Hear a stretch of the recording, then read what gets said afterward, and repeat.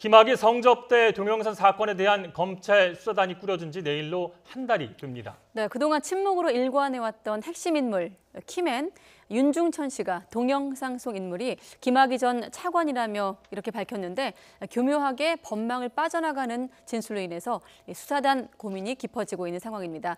이른바 수사단의 딜레마 하나씩 짚어보도록 하겠습니다. 전지현 변호사 그리고 승재현 형사정책연구원 연구위원과 함께하겠습니다. 네, 안녕하십니까? 안녕하십니까? 자, 건설업자 윤중천 씨가 이제 드디어 입을 네. 열었습니다. 일단 검찰 조사를 받으러 온 윤중천 씨의 모습을 잠깐 보시고 말씀 나누겠습니다. 지난번에 진술 거부권 행사하셨는데 오늘 수사에 협조하실 예정이십니까? 네, 성실히 수사에 임할 것입니다. 그 김학의 전 차관 관련한 수사에도 협조하겠다고 하셨는데 이 부분에 대해서도 협조하실 겁니까? 최대한 이번 수사에 성실하게 잘 임할 것입니다. 네, 조사에서 이른바 별장 동영상 속 인물이 김학의 전 차관이 맞다라고 진술을 한 것으로 보입니다.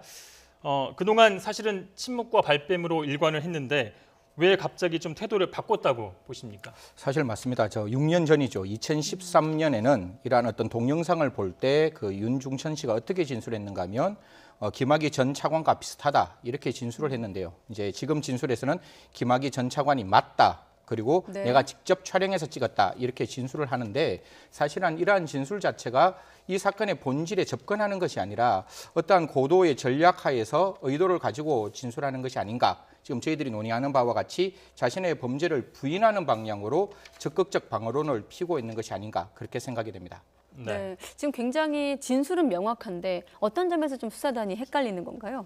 저 진술은 명확한데 지금 네. 윤중천 씨의 진술을 따져보면은 지금 동영상이 문제된 게 별장 동영상이 있고 역삼동 오피스텔 동영상 사진 2개가 있거든요. 네. 근데 역삼동 오피스텔 사진과 관련해서는 사진 속 인물이 나와 김학의 전 차관이 맞다 그러면서 동영상 촬영은 이게 언제 된 거지? 내가 한 건 아닌데 지금 이렇게 얘기를 하고 있어요. 이건 무슨 소리냐면은 촬영 시점이 언제인지에 대해서 얘기할 생각이 없다는 얘기거든요. 성범죄에서 지금 공소시효가 문제된다는 거를 정확히 파악하고 있는 거죠. 변호사님 말씀 나온 김에 왜 공소시효가 문제가 되는지 2007년 12월 그 기점이 왜 중요한지 좀 부연 설명해 주세요. 예, 2007년 12월에 20며칠이었어요. 그때 형사소송법이 개정되면서 공소시효 기간이 연장이 됐는데 특수강간 같은 경우에는 10년에서 15년으로 됐거든요. 네. 만약에 그 공소시효 연장되기 전에 발생한 범죄에 대해서는 그 이전의 공소시효가 적용이 됩니다. 따라서 만약에 범죄 시점이 그 이전이라고 한다면 네. 특수강간이 성립된다고 하더라도 공소시효는 10년에 걸리기 때문에 더 이상 처벌할 수가 없는 거죠. 그리고 아까 이어서 말씀드리면 예. 윤중천 씨가 별장 영상과 관련해서는 김학의 전 차관이 맞다. 그건 누가 봐도 YTN에서 보도한 것처럼 육안으로 봐도 김학의 전 차관하고 너무나 유사했지 않습니까? 네. 여기에 대해서 부인한 거는 의미가 없다고 생각하는 것 같아요. 그런데 뭐라 그랬냐면은 피해자라고 주장하는 여성이 동영상 속 영상은 아니다. 이렇게 얘기를 하고 있어요. 영상 자체로 봐서 폭행이나 협박 사실이 명확하면 모르겠는데 그게 아니라고 한다면은 피해 여성을 불러다가 이건 진술을 들어보는 방법밖에 없는데 그 여성이 일단 아니다고 하고 그 피해 사실을 신고한 여성은 본인과 옛날에 어떤 관계가 있었고 뭐 보증금 문제로 이런 얘기가 있다 이렇게 하면서 그 여성의 진술의 신빙성을 흐트려 놓고 있거든요. 그래서 아까 위원님 말씀하셨던 것처럼 네. 윤중천 씨는 지금 고도의 전략적인 진술을 하고 있다 이렇게 보입니다. 네, 특수강간협의에 관해서는 2007년 12월 21일에 이제 법이 바뀌었고요. 네. 말씀하신 것처럼 김학의 사건의 피해자라고 주장한 여성의 인터뷰를 잠깐 들어보겠습니다. 네. 성폭력 사건의 주요 증거는 피해자의 진술이라고 알고 있는데 저는 진술에 증거 자료까지 제출하였지만 가해자에게 무혐의 처분이 내려졌습니다. 네, 성폭력 사건의 주요 증거는 피해자의 진술이라고 알고 있는데, 그죠? 근데 가해자에게 무혐의 처분이 나왔다는 것이 이제 피해자 A 씨의 입장인데 어떻습니까? 이런 진술이 있는 상황인데요. 사실 이제 피해자의 진술을 저희들은 굉장히 신중하게 판단해야 되고 거기에 네. 대한 어떤 사실의 진실을 발견해야 되는데 사실 저 피해 여성의 진술에 대해서 이제 1차 수사와 2차 수사에서는 진술의 신빙성을 좀 탄핵을 했습니다. 무슨 말인가 하면 네. 피해 여성이 어떤 사건에서 나오는 저 피해 여성이 저 사람이 맞다라고 이야기한다면 저 피해 여성이라는 게 특정되어야 하는데 지금 네. 사실 뒷모습만 보이기 때문에 특정되지 않고 그다음에 그 사이에 입었던 옷이라든가 여러 가지에 대해서 좀 증거 제출을 해달라고 했을 때 좀 네. 뭐 옷을 잃어버렸다 뭐 이런 이야기를 하면서 좀 그 부분에 대한 진술의 신빙성이 탄핵되었는데 이번에 윤중천 씨가 한 번 더 이 진술의 그 잘못된 부분을 지적하는데 어떻게 지적을 하는가 하면 네. 저 동영상 속에 나오는 여성은 내가 찍었는데 내가 봤을 때는 A 여성이 아니다. 지금 네. 피해를 받은 여성이 아니라 다른 여성이고 그 여성은 내가 다른 장소에서 불러온 여성이다. 이렇게 이야기를 하는 바람에 지금 피해 여성이 아니다라는 진술을 통해서 저 동영상의 어떤 피해자를 특정하지 않는 그런 어떤 그럼 전술을 지금 말씀하신 그 대목이 이번 사건의 수사단 입장에서 좀 풀어가는 실마리가 되는 건가요?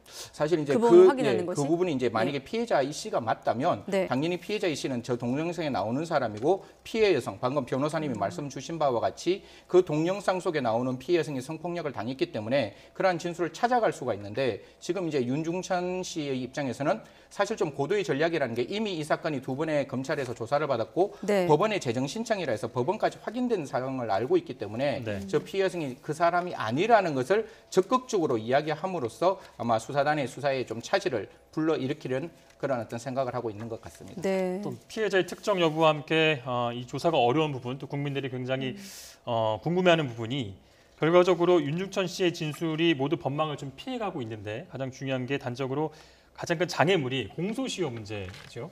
예, 아까 지금 공소시효 말씀하셨는데 이게 너무나 오래전의 일이거든요. 그래서 그 성폭력 부분에 대해서는 아까 제가 공소시효 부분을 설명을 해드렸어요. 예. 그리고 또 이제 동영상 촬영 같은 경우에 이게 만약에 원본이 아니면은 시기를 언제로 특정할지도 그게 지금 기술적으로 복구를 해내기가 쉽지가 않은 게 있거든요. 근데 촬영했다는 사람이 2006년, 2007년이다 이렇게 못 박아버리면은 그 다음 단계로 나가기가 일단 힘들어요. 그리고 또 역삼동 오피스텔 건도 거기에 있는 사람이 본인이 맞다고는 하지만은 내가 촬영 안 했다 그러면은 이거를 기술적으로 시점을 특정해내지 않는 한 어려운 문제가 있고 이 공소시효 문제는 네.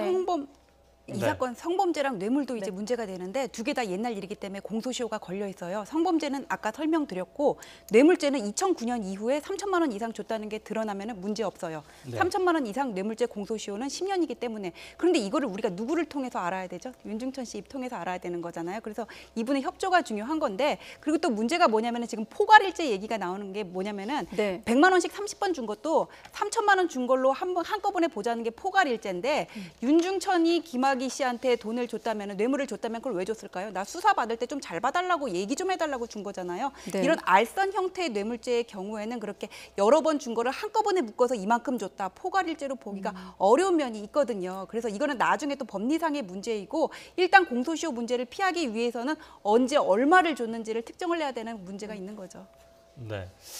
이 검찰 수사단으로선 윤중천 씨의 진술을 좀 기대했는데 오히려 이게 도움이 되기보다 혼란을 주는 그런 상황이 되고 있는 것 같거든요.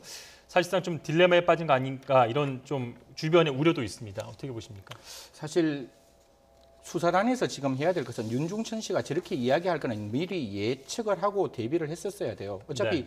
윤중천이라는 사람이 이 사건의 실체 진실에 도움을 주겠다 이런 네. 생각을 했는 부분이 아니기 때문에 윤중천의 입도 중요하지만 가장 중요한 것은 물적 증거를 우리가 어떻게 확보할 것이냐에 대한 문제이거든요. 네. 그래서 이 사건에 대해서 기본적으로 지금 저 윤중천 씨와 그다음에 김학의 사무실 다 압수수색을 했고 또한 뇌물죄와 관련돼서 어떻게 보면 경찰청하고 그다음에 대통령 그 기록 그러니까 청와대까지 압수수색을 했는 부분이 있기 때문에 사람이 입을 따라가는 것이 아니라 증거에 대한 물적 증거를 제대로 좀 찾아가는 그런 수사가 필요한 거예요. 어차피 수사라는 게 이게 결코 쉬운 수사가 아니라는 건 누구나 입증하고 있고 지금 뭐 이제 수사단을 이끌어가고 있는 여완섭 그 지청장님께서도 이런 부분을 이미 잘 알고 있는 특수수사를 하신 분이기 때문에 네. 이런 부분에 대한 좀 제대로 된 수사를 통해서 정말 처벌을 받아야 한다면 어떤 사법 정의가 좀 실현될 수 있는 부분을 좀 찾아가는 기시 필요하다고 생각을 합니다. 관련자의 입 진술에만 이제 기대할 게 아니라 물증 확보에 좀 적극 나서야 된다고 네. 말씀하셨는데 조금 더 구체적으로 어떤 식으로 앞서 말씀하신 뭐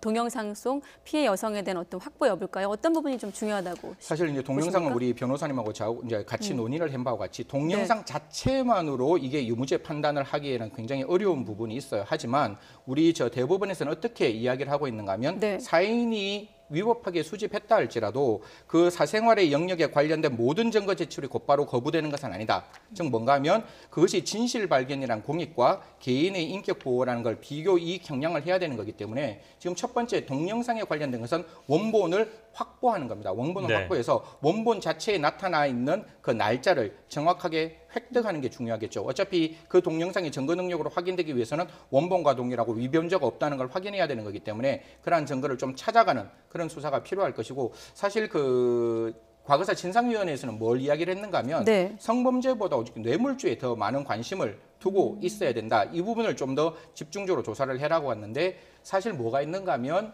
2013년에 윤중천 씨가 전화 있는 부분이 있습니다. 그래서 2008년뿐만 아니라 2013년 과정 속에서 또한 알선술회 혹은 뇌물의 수수가 있었는지를 좀 찾아가야 되는 거기 때문에 당시 광주고검장 사무실 그렇죠. 전화 건 예, 그 예, 내용이죠. 그 내용이죠. 그렇기 때문에 이러한 어떤 금융 계좌를 정확하게 좀 저희들이 확인해서 이런 부분에 대한 뇌물 수수가 있었는지를 좀 찾아가는 좀 금융조사권뿐만 아니라 그러한 어떤 원본에 대한 그 동영상을 좀 찾아가는 그런 부분이 필요하다고 생각합니다. 뇌물죄 부분을 좀 더 들여다봐야 된다. 네네. 네. 네.